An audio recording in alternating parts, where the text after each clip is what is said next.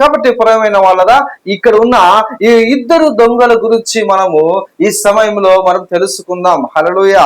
ఒక దొంగ పేరు అక్కడ గెస్టాస్. ఈయన యూదా ప్రాంతానికి చెందిన వ్యక్తిగా ఉన్నాడు. గెస్టాస్ అనగా గ్రీకులో అర్థము ఇతనికి, ఈ పేరుకు ఫిర్యాదు చేసేవాడు, రెండవది మొరపెట్టేవాడని అర్థం ఉంది. అలాగనే రెండవ దొంగ పేరు డిస్మాస్. ఇతను గలిలయ ప్రాంతానికి చెందిన వ్యక్తి. గ్రీకులో ఇతని పేరుకు అర్థము మరణము, అస్తమయముగా ఉన్నట్టుగా మనం గమనించగలుగుతాం. మరి మొదటి దొంగ గురించి ఒకసారి మనం గమనిద్దాం. ప్రేమైన వాళ్ళరా, అక్కడ రాసిన భక్తుడు రాసిన లూకా రాసిన సువార్తను ఇంతవరకు మనం చదివాం. మరి మొదటి దొంగ ఎందుకు రక్షణ పొందుకోలేకపోయాడు? గెస్టాస్ ఎందుకు మరి రక్షణ, దేవుడిచ్చే రక్షణ పొందుకోలేకపోయాడు? రక్షణ పొందుకోపోవడానికి కారణాలు ఏంటి? మరి క్రీస్తుని తెలుసు, పక్కన ఉన్నది యేసు క్రీస్తు వారిని తెలుసు, ఆయన రక్షకుడని తెలుసు, ఆయన మెస్సయాని తెలుసు, మరి యూదుల రాజుని తెలుసు. అయినప్పటికీ కూడా ఎందుకు రక్షణ పొందుకోలేకపోయాడు? కాబట్టి ప్రియమైన వాళ్ళరా, రక్షణ పొందుకోలేకపోవడానికి 4 కారణాలు ఆ వచనములో ఉన్నట్టు మనం గమనించగలుగుతాం. హల్లెలూయా.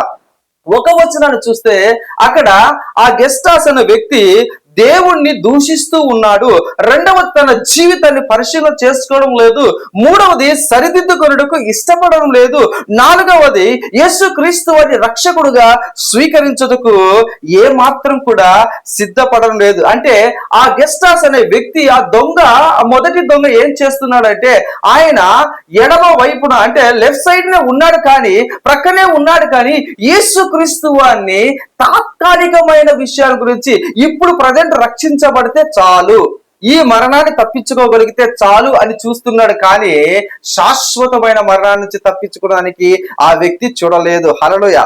ప్రేమైన వాళ్ళరా, క్రీస్తు పక్కనే ఉన్నాడు, కానీ సమీపంగానే ఉన్నాడు, కానీ రక్షణకు ఆ వ్యక్తి దూరంగా ఉన్నట్టు మనం గమనించగలుగుతాం. కారణం ఏంటంటే అతని హృదయము దూరంగా ఉంది, అతనికి గ్రహింపు లేదు, అతనికి పాపపు ఒప్పుకోలు లేదు.